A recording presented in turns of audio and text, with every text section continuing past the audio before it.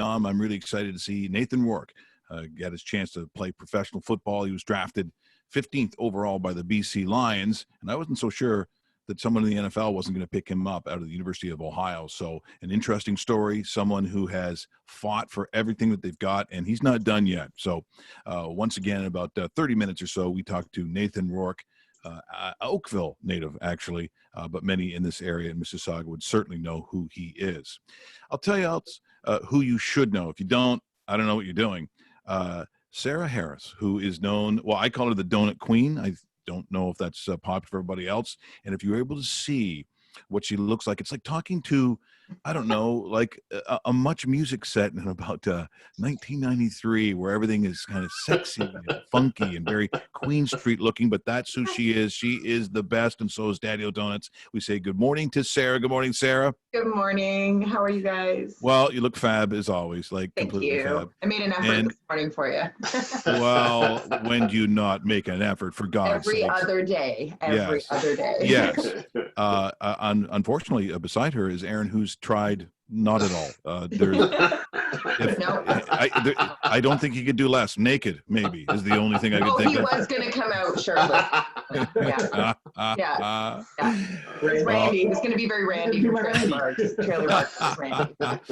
Well, as we know, we had just met you, and it wasn't that much longer after that this world plague hits.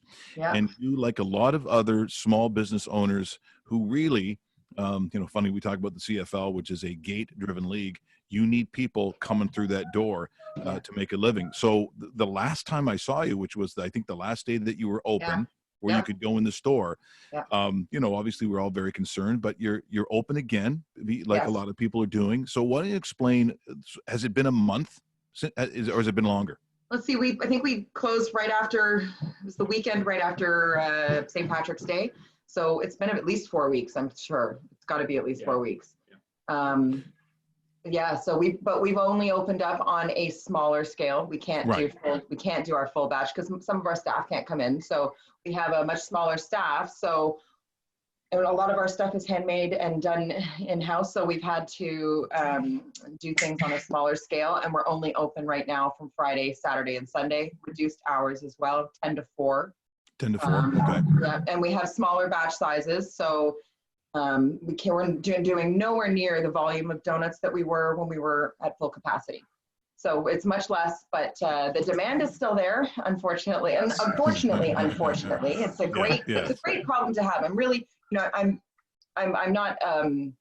not complaining about it. It's just it's a little frustrating at times because we've got lots and lots of followers, and everybody, I think, has been, everyone's been in lockdown and is, missing those things, those treats, those wonderful things that, make you happy, whatever.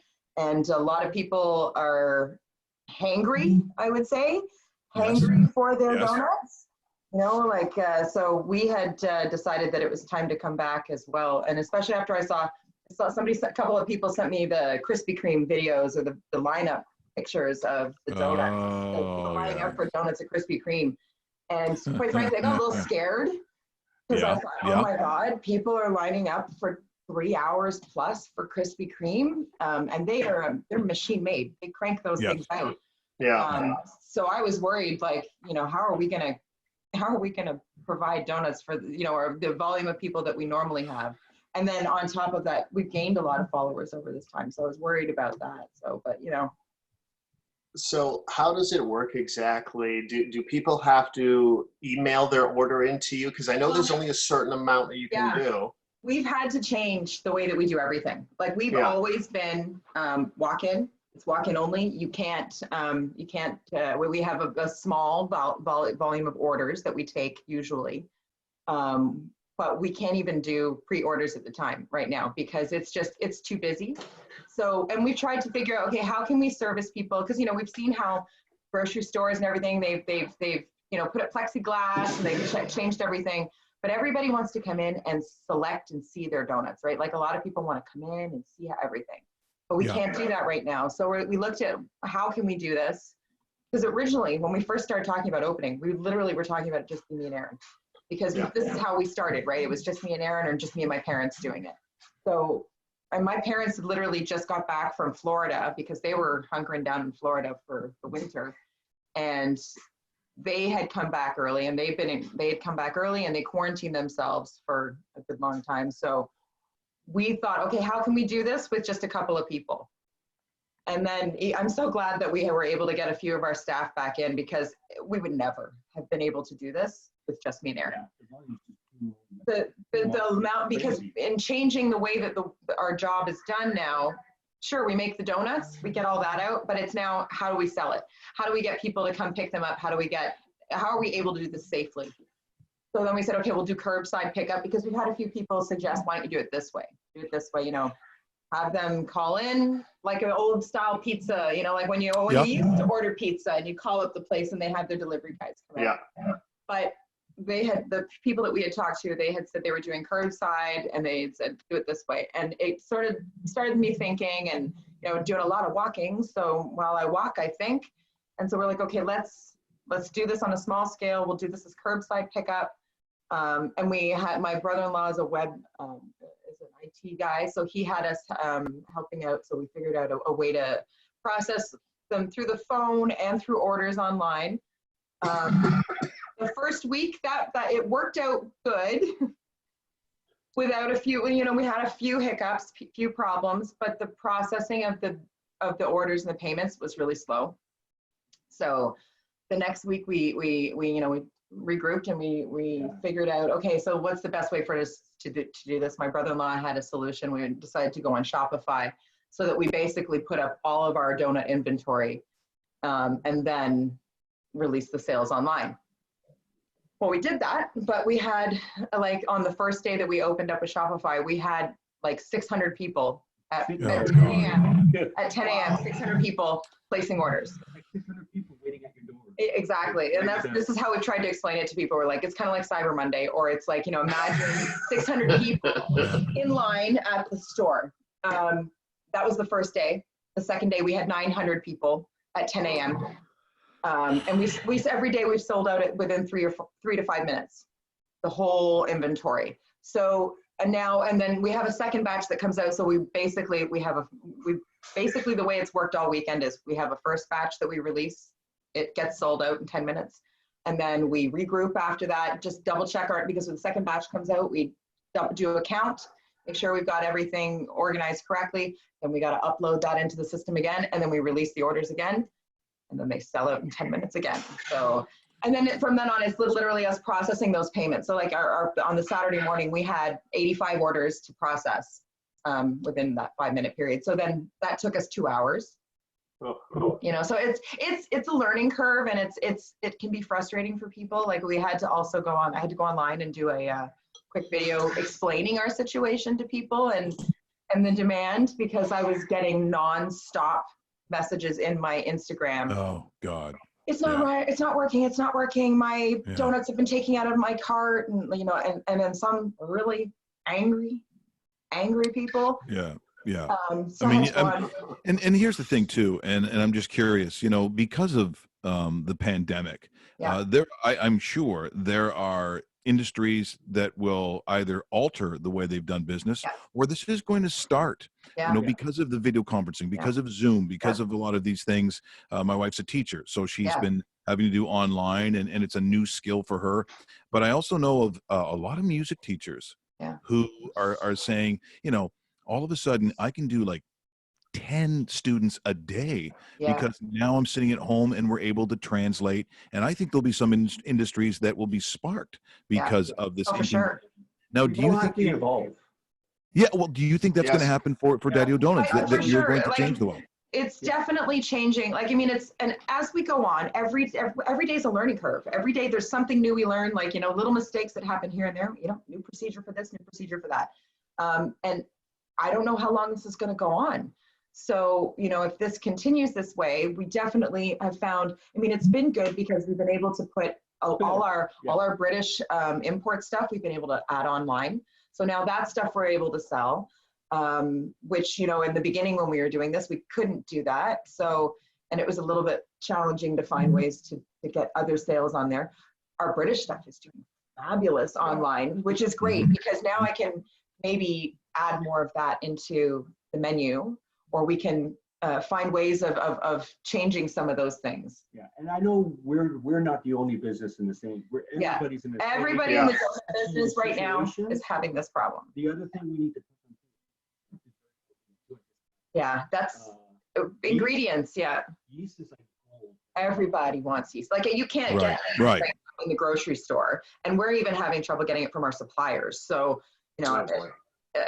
every like every baking section is completely barren. So it limits us on what I can make like creatively as well right now. So you may have to go to the black market yeast. Is that what you're telling me? Right. We kind of stockpiled our yeast right now. We were kind of joking when we went for a walk yesterday in the grocery store. We were like, we can always add our extra yeast onto the online store if we really want to put some money.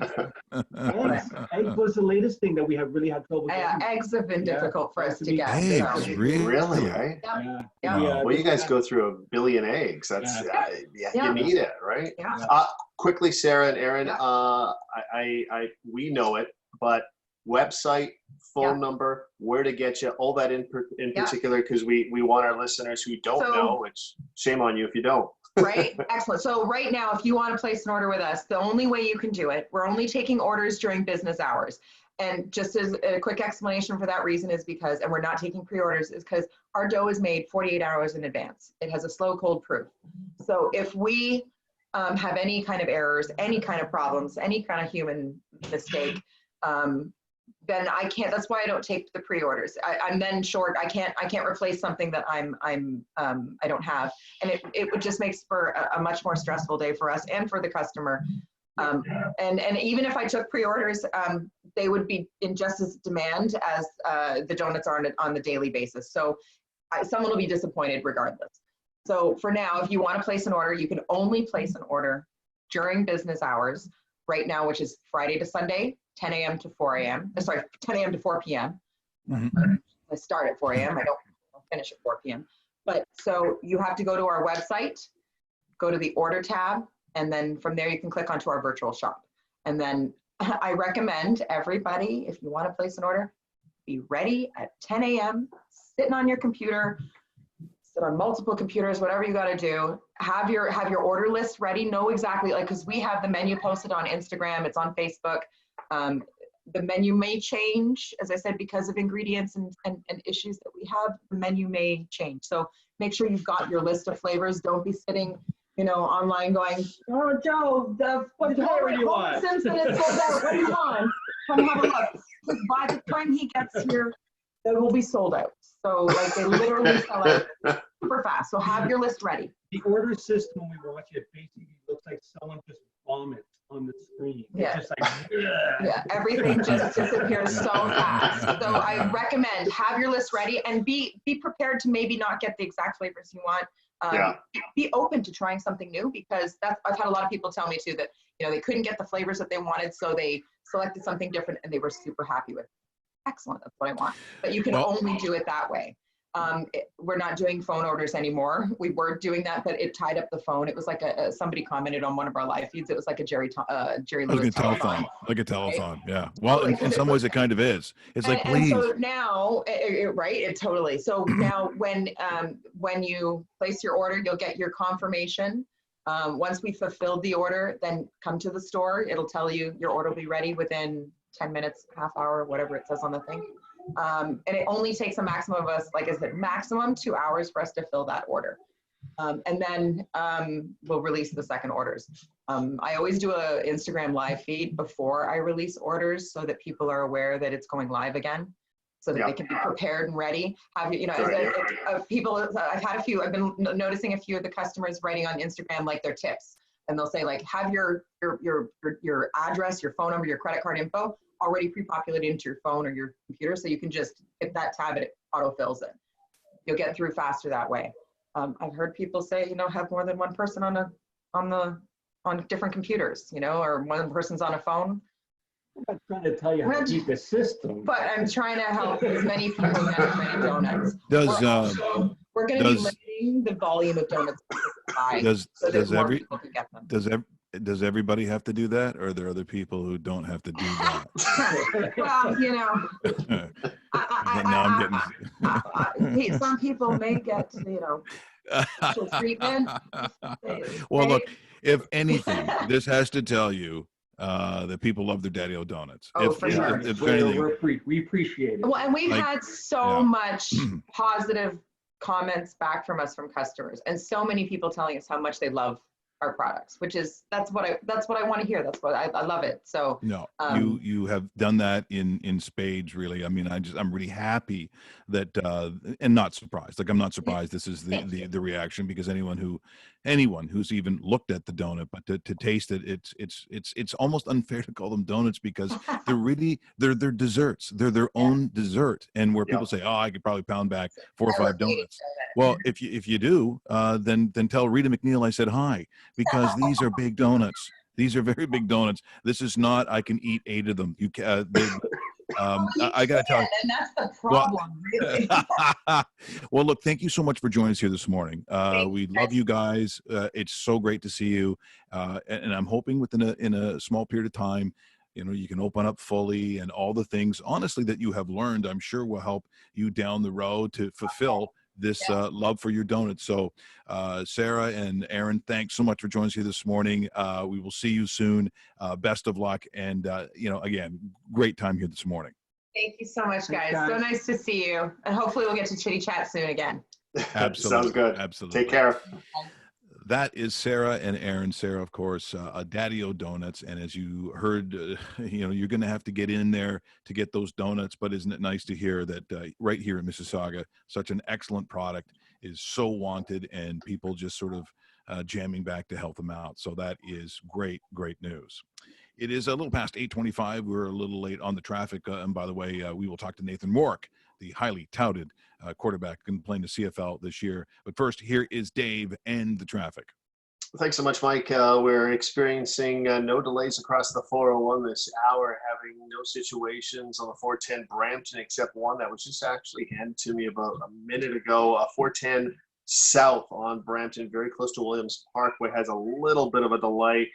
There is a stalled vehicle in the passenger lane that you're going to have to avoid, or at least a visual disturbance. 403 through Burlington, Oakville into Mississauga looked really good this hour as well. That whole stretch of highway right to Etobicoke and through the Mississauga region looks quite well. You're looking at 0 degrees as you step out your door this morning. Feels like, well, it feels like 0, but it is actually 3 on the monitor right now.